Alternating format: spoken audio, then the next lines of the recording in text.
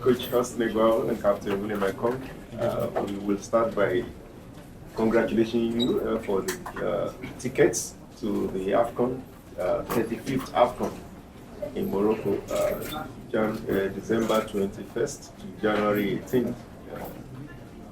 December 21st, 2025 to January 18th, 2026. So, to be, of course, the 21st time that Nigeria will be participating in the African Cup of Nations, and it's amazing. We remember Coach Eguavoen led the Nigerian team in 2006 in Egypt, and we came back with the bronze medal. He has promised that this time it will be the gold. William is smiling. Congratulations. Thank you. So we have Eguavoen and Captain Ekong here.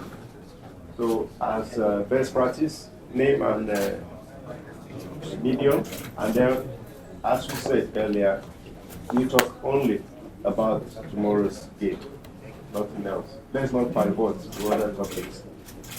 Quickly. Okay, good evening, Daniel, Sunday TV. So I want to just ask you, the last game between Nigeria being, which ended 1-1, and tomorrow, considering the fact that we have Sammy Moses, he came in later in that game. Please, what happened, in the tactics area? Because we want him to start the game against because he was benched and he provided the pass, considering his performance in the last few games. So we hope to see him play, to start the game. Thank you very much. I think it's a very interesting question. It's nice to be here. Congratulations to everyone. This qualification is for all of us anyway. We played the game with 11 players, and you are giving me only one now. What about the other 10? Give me the lineup tomorrow, sir, please. That's okay. I mean, we all know what Simon can bring to the team. Talent-wise, energetic, quick, smart. I'll think about it, and then we'll see what happens. Thank you. Okay, I would like to call you come later, but this man, I know why he's raising up his hand. King of the North. Yes. Good afternoon, Coach. Good afternoon, sir. My name is Momis. Yes, sir. My question is very straightforward. Are you bothered by the fact that the Super Eagles didn't win a single game in the AFCON qualifiers away from home? Aside from the game that was the victory against Libya, drew with Rwanda away, drew with Benin Republic away. Are you bothered by that? Considering the fact that by March the World Cup qualifiers start, and it's a qualifier that we have to win almost all of our games if we have to stand a chance of progressing. Are you by any way bothered by that poor away from during these qualifiers? You cannot say poor away from. We didn't lose away from home. Mind you, football today has gone beyond what it used to be. And everybody comes prepared against Nigeria. Getting points away from home, I think the team deserves some credit. Yes, World Cup will come. I don't know if I'll be in charge or not. And then if I'm in charge, definitely we've spoken about it. We know that we have to win every game. And we approach every game as a World Cup finals. So let our time come first. Okay, Kalista, quickly. Coach, my name is Kalista. There are words on the streets that I know has returned to Nottingham Forest as well as Ademola Lookman. And we all know about Wabali was excused from the team because the NFF officially released a statement regarding that. Our heart goes out to him. My question to you is that what happened to these players? Because we've not seen Ademola Lookman and we've not seen Olaino with the team. Relationship is something that is key. Prior to our game in Benin against in Cote d'Ivoire against Benin, I had a word with an official from Nottingham Forest, and then after that, I got a message from Nuno, the manager of Forest as well, pleading if we can release Olaino because they're playing us now, next weekend. I said, okay, we have a deal. Once we're able to get the result in Cote d'Ivoire, we'll keep the relationship going because we've got other players that we think can also, play. So based on that, I want to keep relationship. Ademola Lookman is slightly hurt. We have good relationship and then understanding as well. And based on that, he was released because he said he can't play at 100%. He can only play at 70%, and he pleaded. I'm the only one who can excuse him. If I want him to stay, he will stay. But we have to keep the relationship going on, so I allowed him. Thank you, Coach. Okay, thank you, Coach. Relationship.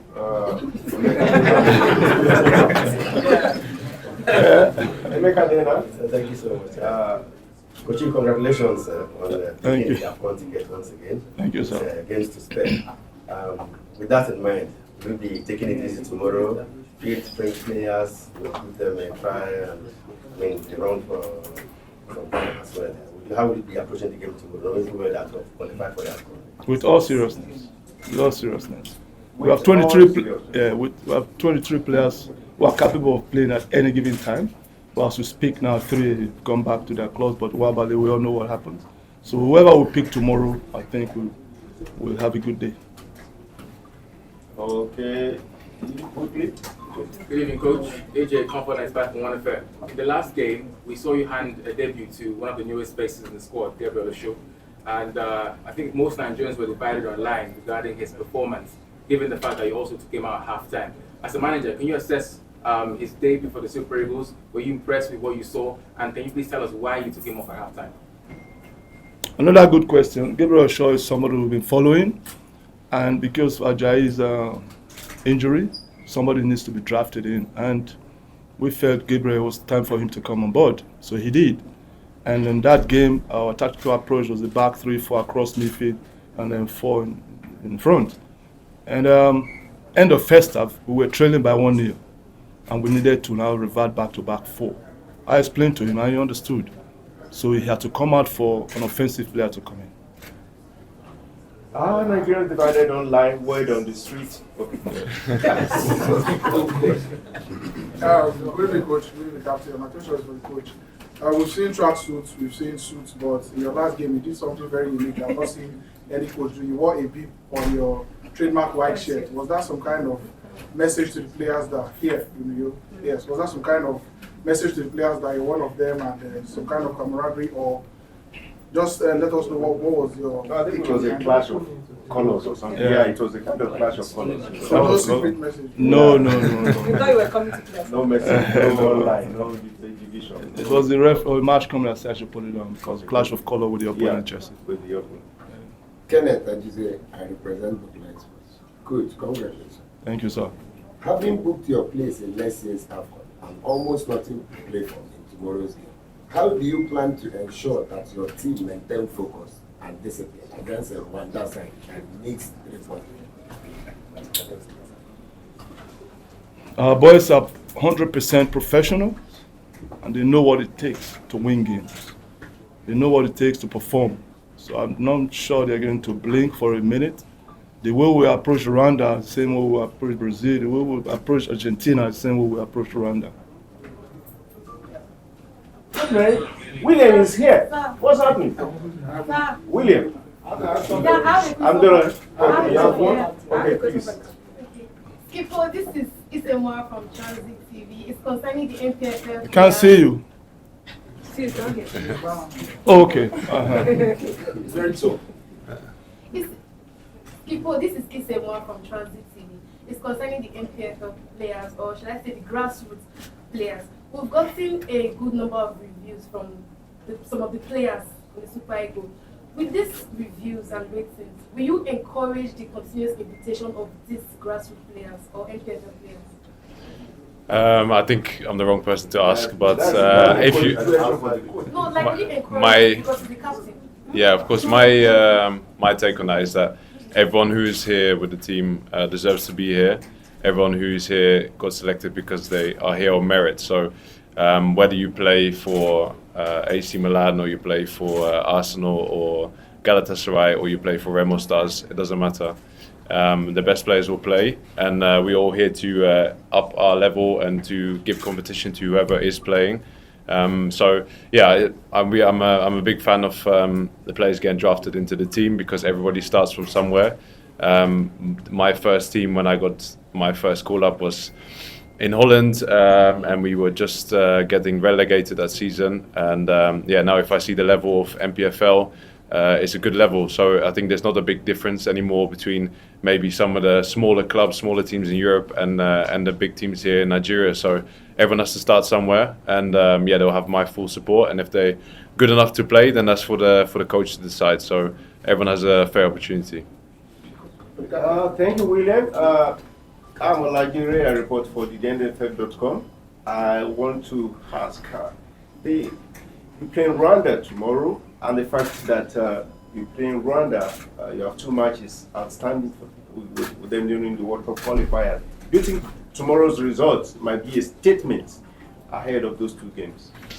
I think, like you said, we've qualified. I think there's so much concern whether we're going to take it serious or not. But I think all of us would have been very happy to qualify with 2 games in hand. So we are here now. We can't change the situation. We're going to take the game tomorrow very seriously. It's also a way for us to prepare for next year, 2025, everything that's going to be ahead, whether it's the AFCON or the World Cup qualifiers. And we know that we're going to face them again. So it'll be things that we can learn from this game. Winning this game is maybe not the only thing that we're after. We want to understand how they're playing, how we can set up against them. So that can only come through trial and success or trial and error. So we'll do that tomorrow. And like we said before, Rwanda is a good team. When we faced them in Rwanda, it was a difficult game.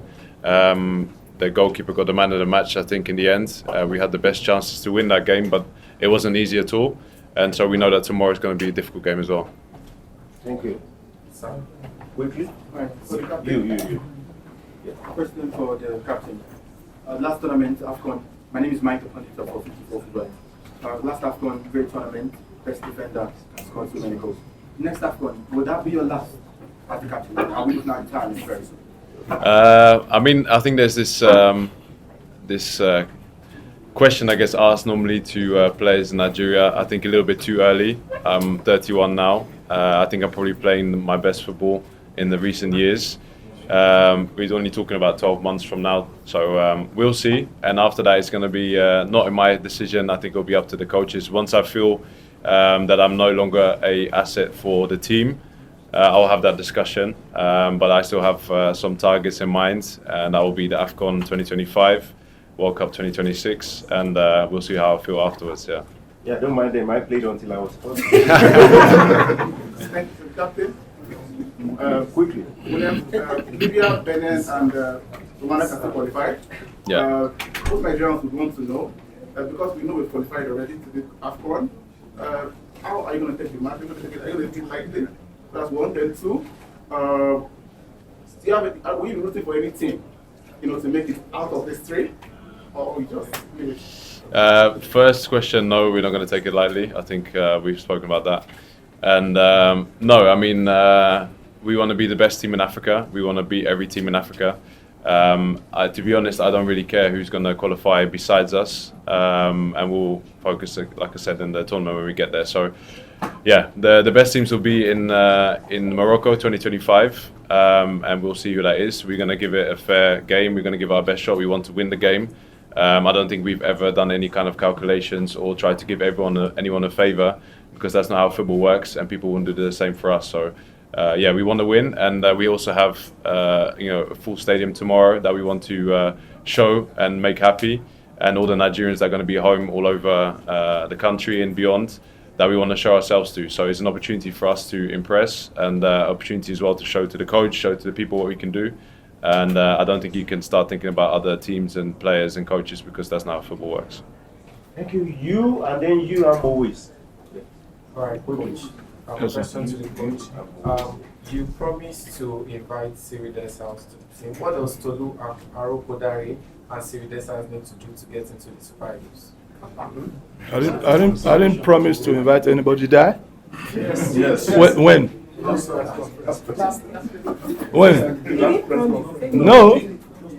Thank you. That I will invite them. No.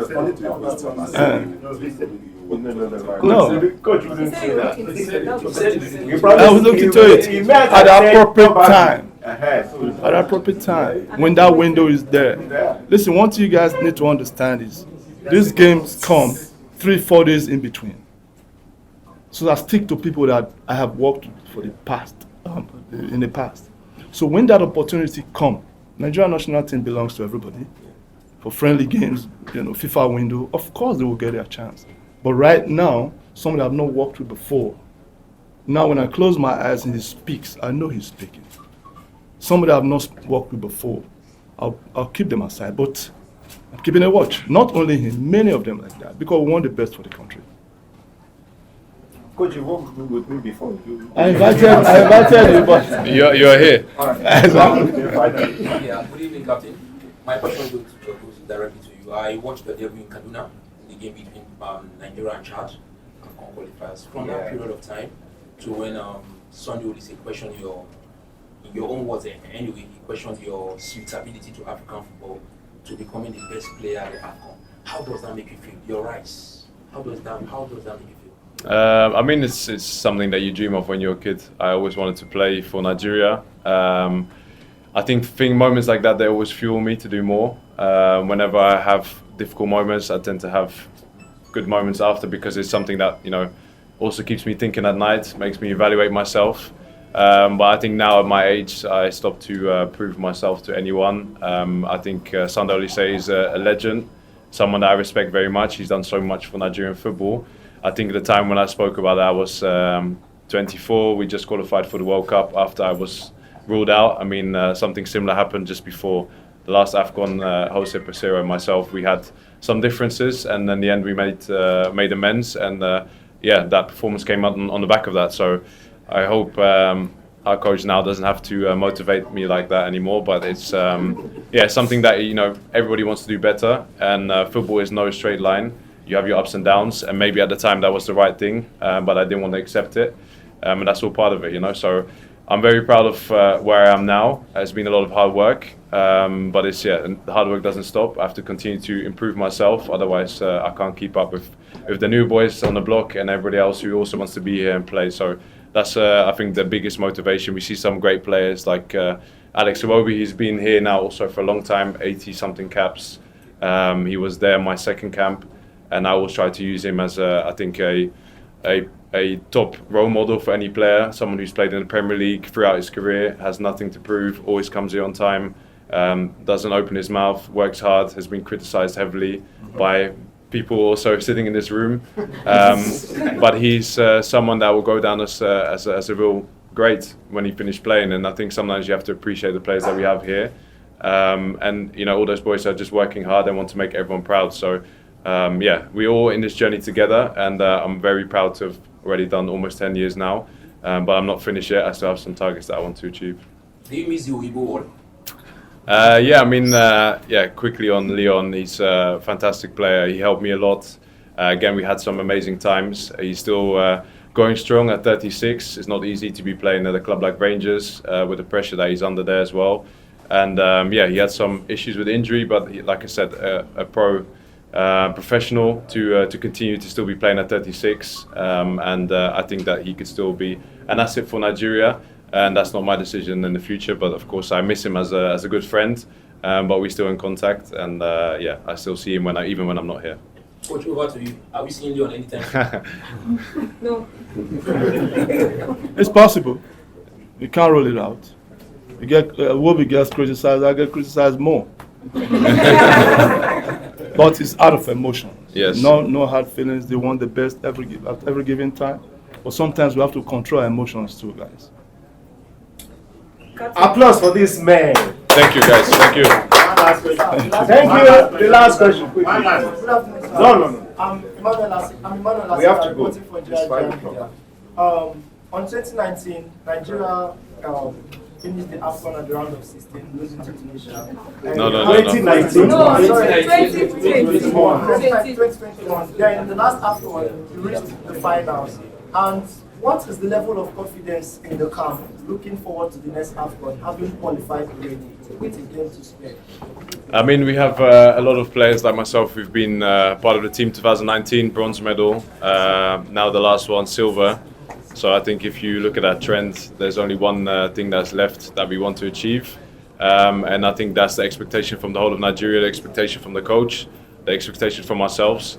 But it's not an easy feat, and we can do a lot of talking here about that. But yeah, we have to show it next year in Morocco. Thank you so much, Coach and Thank Captain. you. Thank you, We sir. appreciate you for coming. Captain, you're not going anywhere. Good luck tomorrow. You will stay